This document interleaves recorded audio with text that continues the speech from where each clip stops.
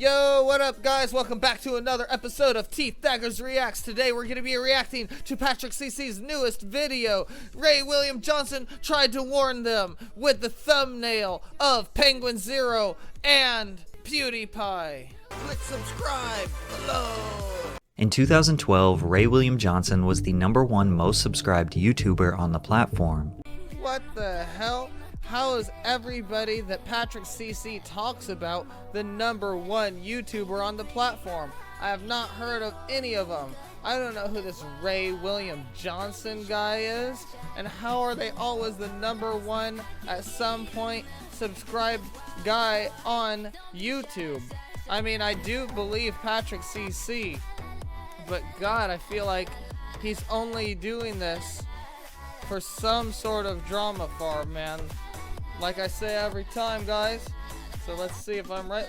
Which sounds like a great accomplishment, but it made him a target. Ray was in a feud with a merciless, greedy, and borderline evil company that was actively trying to leech every last dollar from big and small YouTubers all over the world. Some of your favorite creators were victims: PewDiePie, Moist Critical, Philip DeFranco, just to name a few. An MCM. But I always wanted an MCM because I know that they pay you up front, or at least I think that they pay you up front, kind of like a record deal. Here's $100,000, we'll take your YouTube earnings, but then you get your YouTube earnings when you pay us back the upfront money. But hold up, we might give you more upfront money later on, so you might have to owe us more, but for now that's the deal. I thought that was an MCM, and I was fucking down to take that deal. But guys, I watched a little bit ahead of time just because I was trying to do a live reaction and I messed it up. And that's not what an MCM is, man. Get ready for this. The ironic part is that this company, dubbed Maker Studios, was founded by other popular YouTubers. They really be your own people. However, the true kingpin of the Maker Studios mob was a man called Danny Zappin, a federal convict who got out of prison and exploited the untapped goldmine of YouTube money. However, despite Ray's valiant efforts of exposing the evil tactics of Zappin's company, it wasn't enough. Maker Studios would go on to sell to Disney for over $500 million. This dream team, guided by the vision of a federal convict, got filthy stinkin' rich at the expense of hardworking YouTubers around the world. This is how they did it. Hardworking YouTubers around the world. This is how they did it.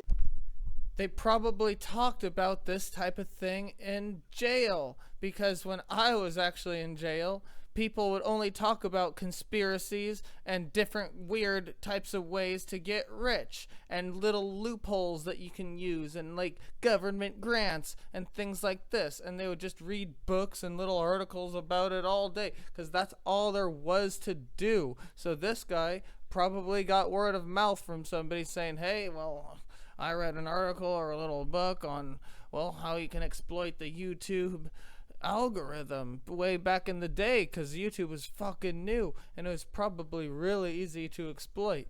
So he probably just put it into action and tested if it worked. He had nothing else to do.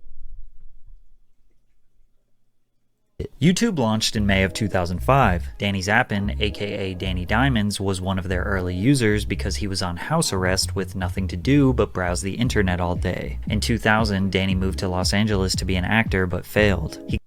Told you, he was just there to be there because he had nothing to do all day. I fucking just called it out, and I haven't seen it at this point. I haven't remembered it up to this point. He claimed it's because he confronted Hollywood's gatekeepers after being denied multiple roles and they blacklisted him. Because of this, Zappin needed money, so he smuggled ecstasy, got caught, and was sentenced to 2 years in prison. Danny began uploading videos to sites like Crap TV before he was arrested, so YouTube was like a shiny new toy when he got out. YouTube gained 30,000 unique users a day after its beta release in May 2005, and by the time it officially released in December of that year, it would reach a combined 2 million total views a day, and by the following following month, 25 million. Then YouTube reached its first 1 million viewed video, which was Brazilian soccer player Ronaldinho receiving his golden boots. In a feat of marketing genius, Nike uploaded the video under the alias Joe B, as if it was any other YouTube user instead of the multinational sneaker conglomerate. That is fucking genius. You have to admit it, whether you like it or not. And it's super trollish too. It like goes with the internet culture, does it not? They usually don't know internet culture, but these guys used a troll name like Average Joe. Joe B. That's tight.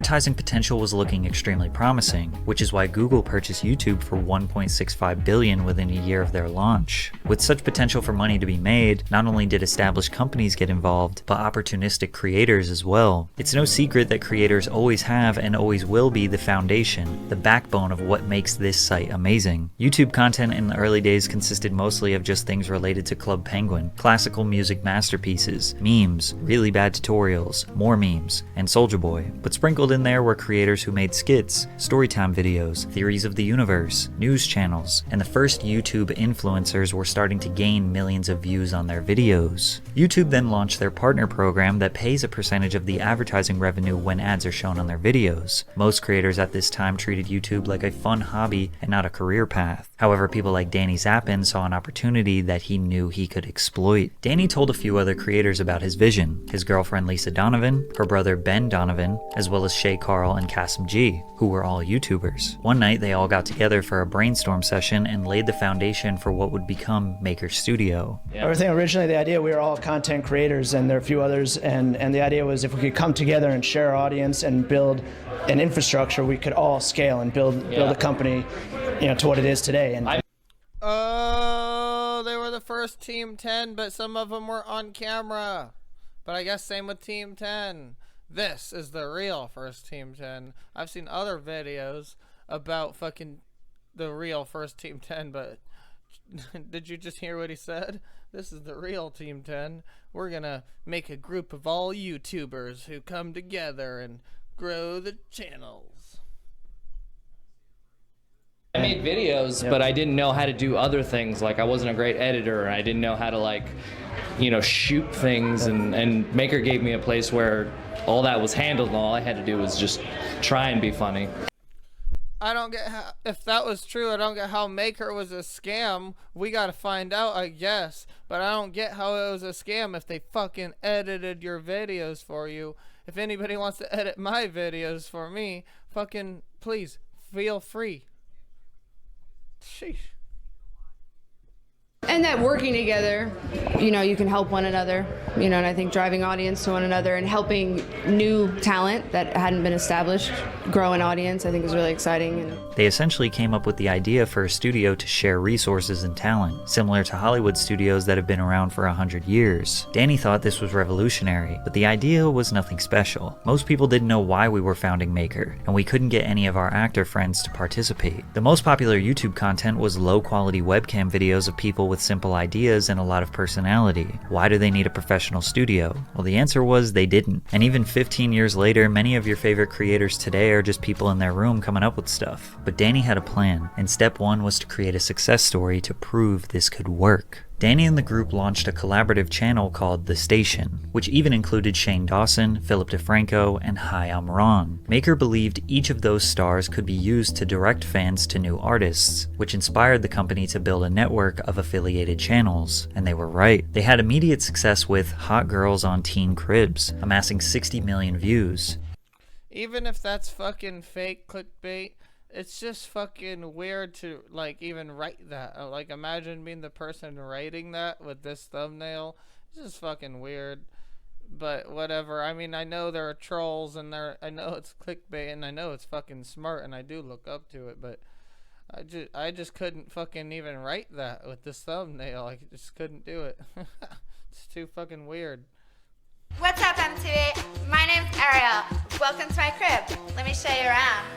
Meet my less attractive friend, Jasmine. She's super ugly, but don't hold it against her. The station established an office space where they would connect during work days to plan, shoot, and edit the content. They recruited more people to be a part of the team. Andrea's Choice, What a Day Derek, Cecily, The Fine Bros, who changed their channel to React, Michael Gallagher from Totally Sketch, Timothy De La Ghetto, the list goes on and on. Their main type of content were comedy sketches, similar to College Humor, but way worse. I've been working at this bar for 2 months now, and I gotta say, these people are really into their craft beers. Can I get a Pooch Daddy Saison? You guys got any Blue Caboose barley wine? One doppelganger doppelbock. Hey, Teach, do you? Do I what? Do you? Splooge! I would never! You should. Splooge is the new cool thing. Most of their humor was extremely low-hanging fruit, men dressing up as women, playing on racial stereotypes, and trying to make anything as sexual as possible. 99% of this content aged terribly, but this was a time where the edgier you were on YouTube, the more views you could get. We're here with two hots. I'm glad it's not fucking like that anymore, because that used to push everybody to have to do that, and a lot of the content was kind of similar. And when you would see a new guy, they would be really similar, and then even if they weren't super similar, they would still be doing the same thing, and you would subscribe just because they were slightly different. I mean, at least I did. I would be like, ooh, this guy's a little bit different, and he made me laugh in a different type of way. But still, it was all the edgy content. Now everybody, including people like me, can fucking have a platform, and it's cool.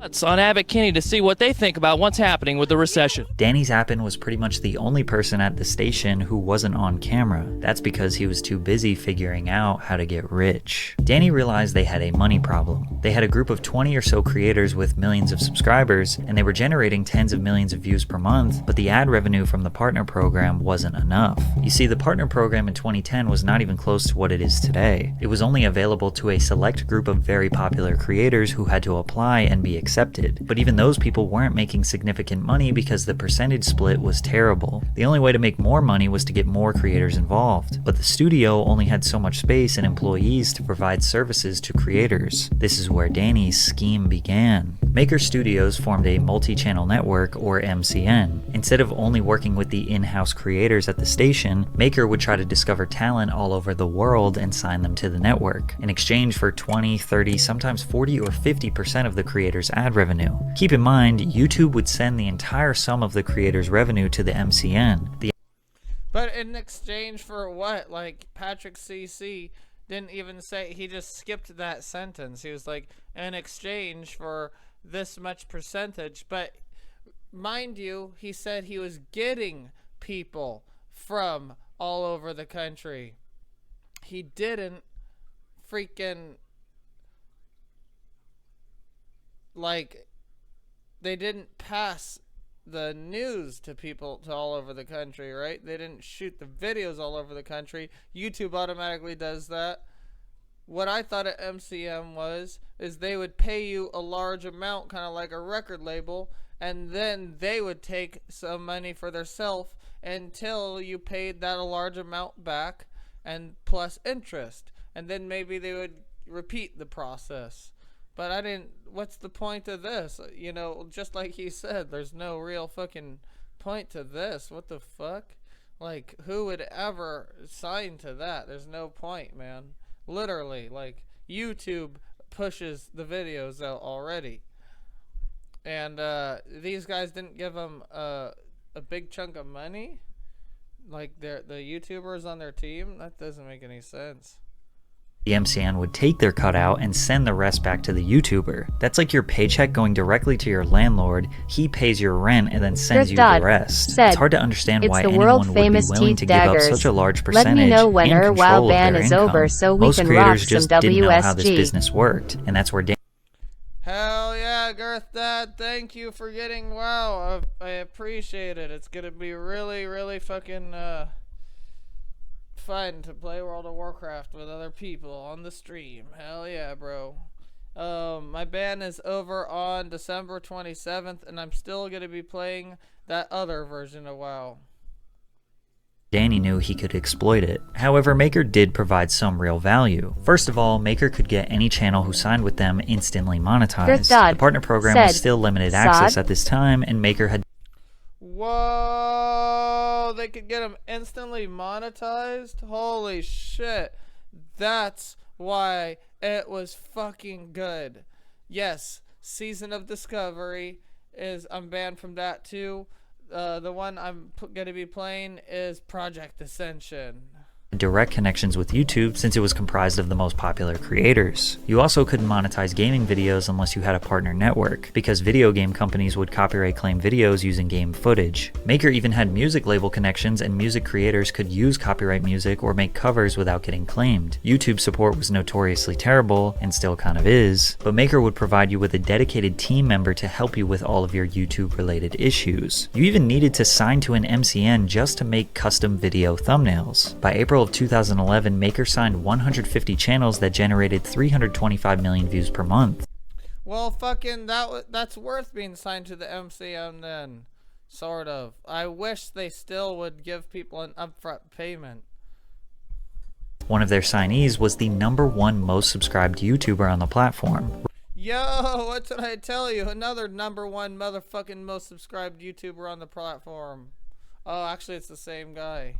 Ray William Johnson. Their roster was very impressive with Ray and many other top creators, but Maker still didn't have enough money. So Danny raised $1,524,999 from a venture capital firm called Graycroft Partners. And at this point, fans still had no idea how serious this operation was, because the station's content was still just as unhinged as ever. All of the creators that signed to Maker were free to be as creative as possible, so you couldn't really tell there was an infrastructure around it. That's probably because it was still operated by creators who genuinely were interested in making videos rather than making money. But Danny was not operating in the interest of fans. Maker Studios was not taken seriously by the entertainment industry, they weren't respected, and that bothered him. He needed to legitimize the company. YouTube was known for low quality content, which didn't excite investors. I think the next stage that YouTube will eventually go to is what Netflix is doing. I think they'll step up and they'll start doing quality content and programming in the same manner. That's not just, Annoying Orange is huge and it's great, but the production value in a lot of them, and I'm not knocking them, but the production value on the majority of YouTube videos is not there. But I think once they step up to that next level, and I don't know what your plans are, but then yeah, it becomes its own network, just like Netflix and all these others that you're going to see popping up. Oh no, his vision fucking sucked. The reason why YouTube was really cool is because it was their own creators and it wasn't like Netflix. Oh no, don't tell me this is the guy who started how YouTube is all like professional. It's starting to flip around. It's starting to flip right back around, which is cool. Maybe that's why teethdaggers stock is rising. Because my videos are really not heavily edited and shit. So Danny wanted to make their company as big and legit as possible. By mid-2012, they signed over 2,000 new channels and had viewership in the hundreds of millions. They leveled up from their previous makeshift office space to a now 40,000 square foot series of buildings in Culver City. They grew to 260 employees, a group that includes advertising sales, business development, and tech people. Maker tried to create animated series and shows that could be formed into movies, traditional television shows, merchandise, etc. But their most popular signees were still just regular YouTubers. Maker created what looked like a very successful production studio with multiple different departments servicing their clients, when in reality, it wasn't being put to use. And out of desperation, Danny Zappin made a critical error. Most of Maker's money was coming from their top few creators. Ray William Johnson was their cash cow. Danny approached Ray and said Maker needed a bigger cut of revenue from his online show, Equals3. He asked Ray to renegotiate their existing contract 8 months prior to its expiration. Ray said, "The terms were incredibly aggressive. They wanted 40% of my YouTube channel's AdSense revenue after production costs, and more importantly, they wanted 50% of the show's intellectual property in perpetuity. And perpetuity means forever." He refused the new terms of the contract. Maker Studio took offense to his refusal, so they threatened to shut down his projects. When I politely refused their deal, as it was not in my best interest, they became increasingly aggressive. Negotiations quickly became a bizarre pissing contest between the heads at Maker Studios and myself, and I wouldn't hand over my intellectual property, and they wouldn't stop aggressively trying to get me to sign it over to them.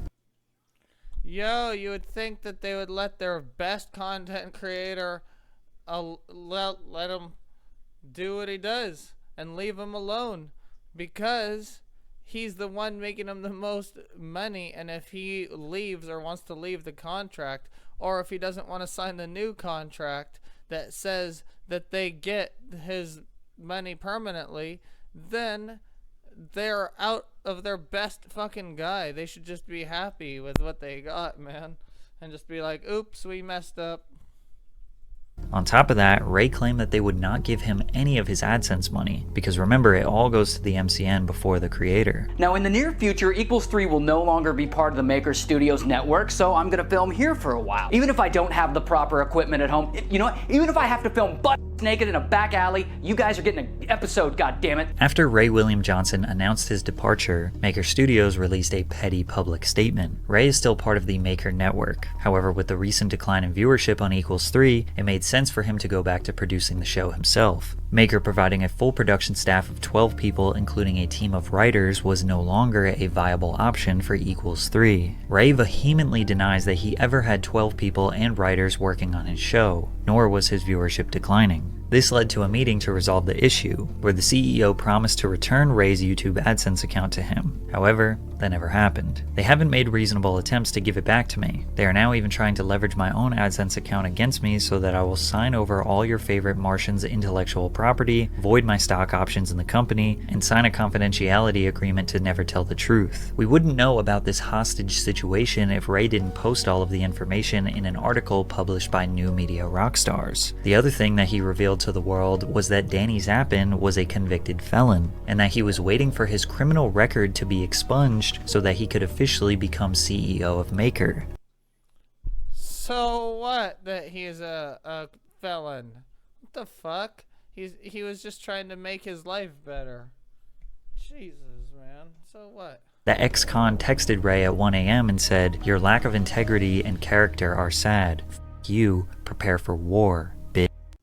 Ray tweeted that nasty text that Danny sent to him, and then Shane Dawson replied with, "I got the same text 3 years ago. Oh, YouTube." Which is interesting since Shane Dawson was a part of the original The Studio crew, then seemingly disappeared. Philip DeFranco said, "There's a theme here," seemingly hinting that he has had the same beef with Danny Zappin. Then the Fine Bros also implied the same thing. Kasim G seemed annoyed at Phil for speaking up. "Philly D, you feeling okay?" Kasim G, "Just wondering how you and your guys can sweep this one under the rug." This was one of the first big pieces of drama that YouTube had seen. Shay Carl immediately defended Danny. We're not the type of people that is going to try to like keep money from somebody or hold Ray William Johnson's AdSense account hostage.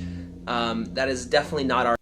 That's so fucking easy to not prove. I mean, disprove. If he doesn't have his money, he just doesn't have his money, and he could just prove that. Whew. Intention, and that's not Danny Diamond's intention, and that's not Maker Studios' intention. I am proud to be part of Maker Studios. Maker Studios has done a lot for a lot of YouTubers. They have made it possible for over 350 people to earn a living in this YouTube space. People like my brother and my sister have medical benefits because of Maker Studios, because of people like Danny Diamond and Lisa Nova, and a lot of YouTubers, countless YouTubers, would not be where they're at today, me included, me especially, if it wasn't for Danny Diamond's idea and passion for this company. It's no surprise that Kasim and Shay rushed to defend Danny, as they were two original founders who were set to make a ton of money during the sale of Maker. And also, the fact that it sounded like that guy had a gun pointed to his head, like he had to say that shit. That's crazy.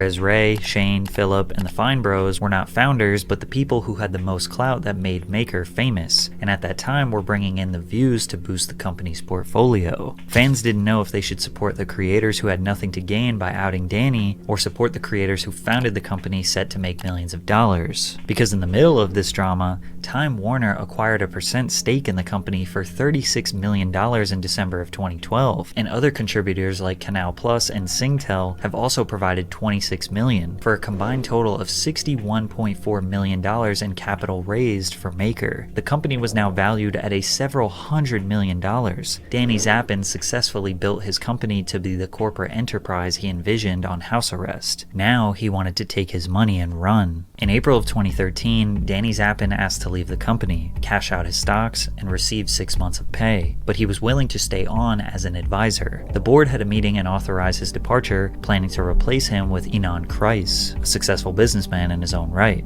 However, Danny very quickly changed his mind, demanding a senior executive role in order to save the company. When it was denied, that's when Maker board member Mark Suster claimed Zappin became hostile. Zappin would file a lawsuit against Maker and claimed the now CEO Kreiss, and the board hatched a plan to take away Zappin's power and shut him out of the company. I guess karma got the ex-convict badly. They gave him the same treatment that he gave Ray William Johnson 4 months earlier. But Danny made the right choice. He learned from his mistake as a failed drug dealer. You need to quit while you're at the top. Danny knew the MCN industry as a whole became worthless on April 12, 2012. YouTube opened their partner program to anyone in the top 20 countries that used the site. Now you no longer needed an MCN to be monetized. You didn't need an MCN to make custom thumbnails. They would not protect you from copyright claims even though they said they could. You don't need a fancy multi-million-dollar studio to produce videos in your bedroom. Maker had way too many creators signed to their network to provide services and support to all of them individually. So why would a creator sign to them? Well, because they were really good at lying. Today we have the benefit of hindsight. We know how many independent creators have built legitimate businesses through YouTube. We now know that YouTube is somewhat of a stable career path. It's not just some wacky hobby that only fringe kids do. In 2012, the future of YouTube was still unknown, so it was very easy for sales representatives at a big company like Maker to convince little old Patrick that he needs the backing of a major corporation. But they even convinced large creators to join. In December 2012, Maker was able to acquire the new #1 most subscribed and viewed YouTuber on the platform, PewDiePie. Whoa, what? How the fuck did they get that guy to join Maker? He was already the most subscribed guy on all of YouTube. He knows all the rules. I'm super confused.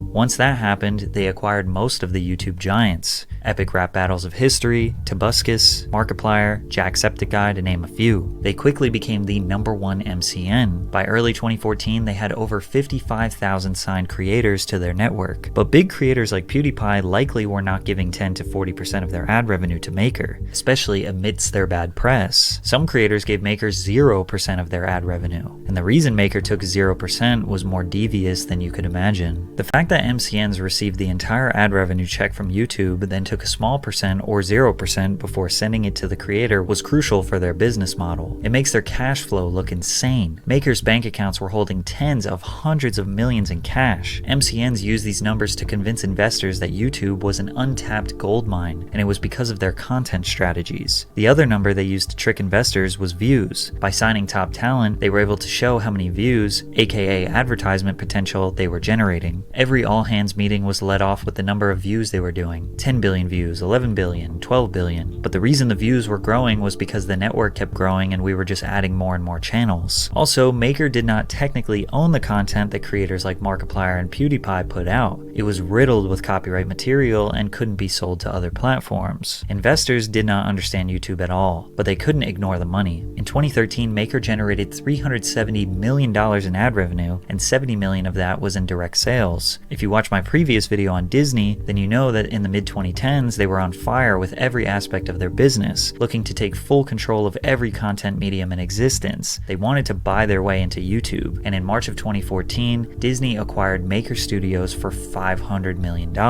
With the Alright, that means that guy was successful. $500 million, boom, retired. Easily.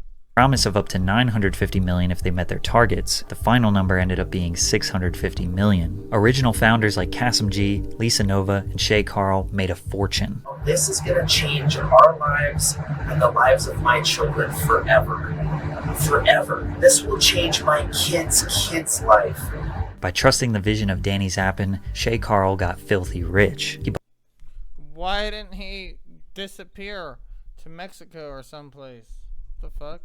Bought a multi-million-dollar compound in Idaho and still uploads consistent vlogs of him and his family enjoying the extraordinary wealth. When the original founders made this business, it was a humble idea, but it quickly turned into a system to make the business way more successful than it was, so the stockholders could sell it and cash out, leaving someone else to handle the pile of trash. and Disney had to take out the trash. They quickly realized they bought a business built off lies. Disney didn't really do anything with Maker Studios. They thought all YouTube creators would just become Disney, Marvel, and Pixar marketing puppets, shoving Disney ads in young kids' faces in every YouTube video. And they honestly could have forced that, but they didn't. Maker executives complained of the slow integration process and that they didn't receive access to Disney's brand and intellectual property. They probably didn't want YouTubers destroying their IP. Out of desperation, Maker tried to introduce new channels such as Polaris by Maker, a gaming channel. They tried to revive the station YouTube channel with shows like Casual Sketch, Song Voyage, and Time Machine, starring Timothy DeLaGhetto and Ricky Shucks. But these shows lacked the personal connection needed to survive on YouTube. It felt corporate and soulless. Despite the downward trend, they kept signing creators into predatory contracts, forcing them to be trapped in a failing business. There are countless examples of creators expressing their resentment towards Maker and all other MCNs that have scammed them, but the best example can be explained by none other than Moist Critical. And then Maker came along and said, hey, we'll offer you this contract. It was a 60-40 split, and at the time that sounded great to me. I've never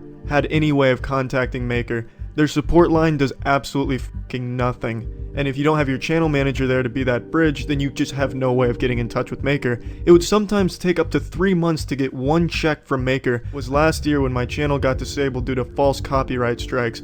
I could not contact Maker no matter what. I did everything possible to get in contact with them. A contract shouldn't auto-renew. You should have to sign off on it each time it tries to renew. Maker Studios is just so lazy, so unorganized, and just doesn't give a about any of the people in their network. Insanely unfair money splits, terrible communication, no assistance with copyright, and automatically renewing contracts that I don't get why they signed to it if they didn't need all that stuff and they were as famous as penguinz0. So weird. Alright guys, if you liked that video, it's the newest Patrick CC video. You could check it out on this channel. Click subscribe below.